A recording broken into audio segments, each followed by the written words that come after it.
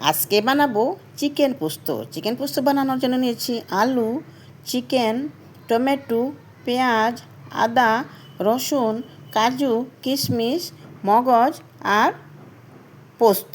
যেহেতু আমি চিকেন পোস্ত বানাবো, চিকেন পোস্ত বানানোর জন্য আগে আমি মশলাটা রেডি করে নিচ্ছি। মশলাটা রেডি করার পর আমি মাংসটা ম্যারিনেট করে রেখে দেব। আগে আমি মশলাটা বেটে নিই।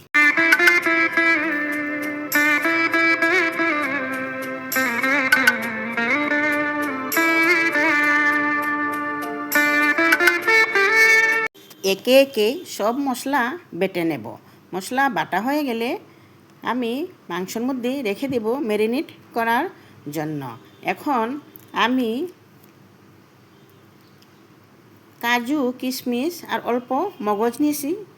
ওইটা পিষা হয়ে গেলে এর মধ্যে 2 চামচের মতো পোস্তও বেটে নেব। বেটে ওইটা আলাদাভাবে রেখে দেব। এই 2 চামচের মতো পোস্ত নিচ্ছি। পোস্তটাও আমি একসঙ্গে সুন্দরভাবেই বেটে নেব।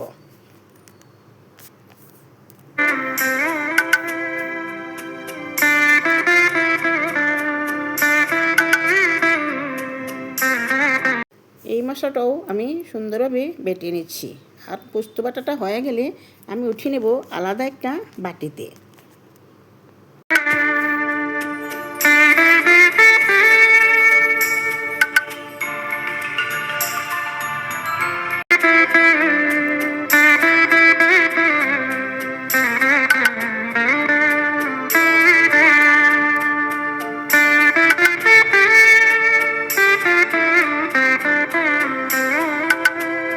কাজু, কিশমিশ, মগজ আর পোস্তটা বাটা হয়ে গেছে। এখন আমি আলাদা একটা বাটিতে রেখে দেব।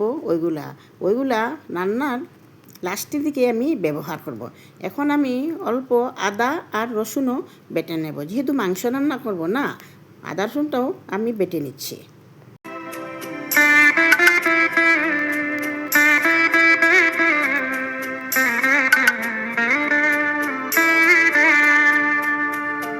মাংসর ঝোলটা ভালোভাবে ঝেড়ে নিয়ে ওখানে মশলাগুলো দিয়ে দিলাম। এখন আমি মাংসটা ম্যারিনেট করে নেব। প্রথমে দিয়ে দিচ্ছি সর্ষের তেল। সর্ষের তেল দিলে মাংসটা ভালো হয়। তারপরে দিচ্ছি অল্প জিরার গুঁড়া। দেখেন অল্পই দিচ্ছি, অল্প অল্প মশলা দেব। অল্প জিরার গুঁড়া। এখন দিচ্ছি অল্প গোলমরিচের গুঁড়ো। গোলমরিচের গুঁড়ো দিলে মাংসটা এমনিতেই ভালো হয়।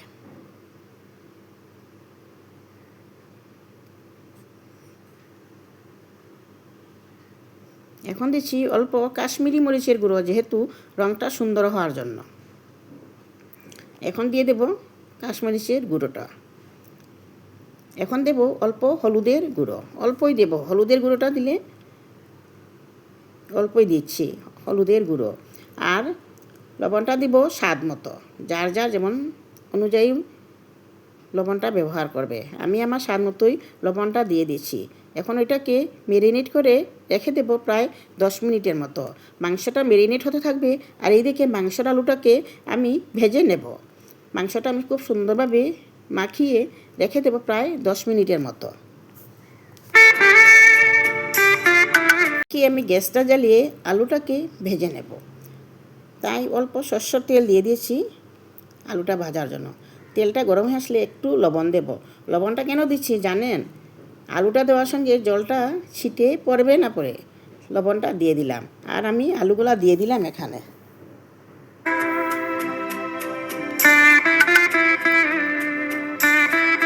অল্প হলুদও দিয়ে দিচ্ছি আলুর মধ্যে।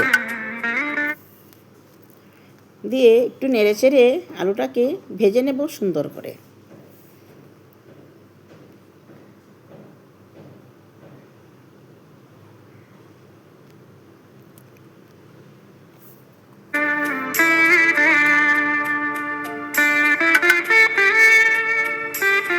আমার আলুটা প্রায় ভাজা হয়ে এসেছে। একটু উল্টাপাল্টা করে আমি ভাজাটাকে নামিয়ে রেখে দেবো। এখন দেখুন আলু ভাজাটা হয়ে গেছে। এখন আলু ভাজাটা নামিয়ে অল্প ওই কড়াইতেই অল্প সরষের তেল দিয়ে অল্প পেঁয়াজ দিয়ে দিয়েছি। পেঁয়াজটা আগে থেকে কুচি কুচি করে কেটে রাখা ছিল। পেঁয়াজটা অল্প ব্রাউন কালার হয়ে গেলে দেখেন পেঁয়াজটা গোল্ডেন ব্রাউন হয়ে গেছে। ওইখানে এখন আমি মাংসটা দিয়ে দিচ্ছি। মাংসটা ভাজা হয়ে গেলে আমার রান্নাটা প্রায় কমপ্লিটই হয়ে যাবে। মাংসটা এখন আমি ভেজে নিচ্ছি। এখন আলুটাও দিয়ে দেবো মাংসর মধ্যে। আমি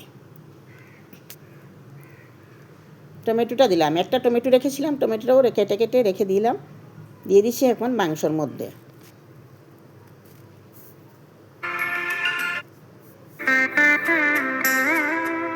মাংসটা দেখেন কি সুন্দর তেলটা ছেড়ে দিয়েছে। এখন আলুটা দিয়ে দিচ্ছি, অল্প নেড়ে চেড়ে আবার পোস্তটা দিয়ে দেব। দেখেন টমেটোটা সুন্দরভাবে সিদ্ধ হয়েছে, আলুটাও আগের থেকে ভাজা করা ছিল যেহেতু খুব সুন্দরভাবেই হয়েছে, দিয়ে দিচ্ছি।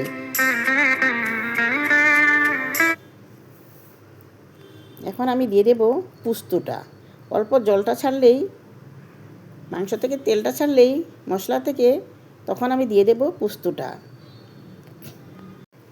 মাংসটা প্রায় আমার হয়ে গেছে। দেখেন মাংস থেকে, মশলা থেকে তেলটা খুব সুন্দরভাবে ছেড়েছে।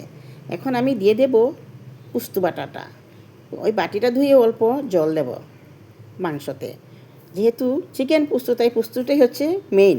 পোস্তটা দিয়ে দিলাম, বাটি ধুয়ে একটু জলও দিয়ে দিলাম, দিয়ে একটু নেড়ে চেড়ে, দেখেন রঙটা সুন্দর হয়েছে, একটু নেড়ে চেড়ে আমি নামিয়ে নিলেই হয়ে যাবে আমার চিকেন পোস্ত রেডি।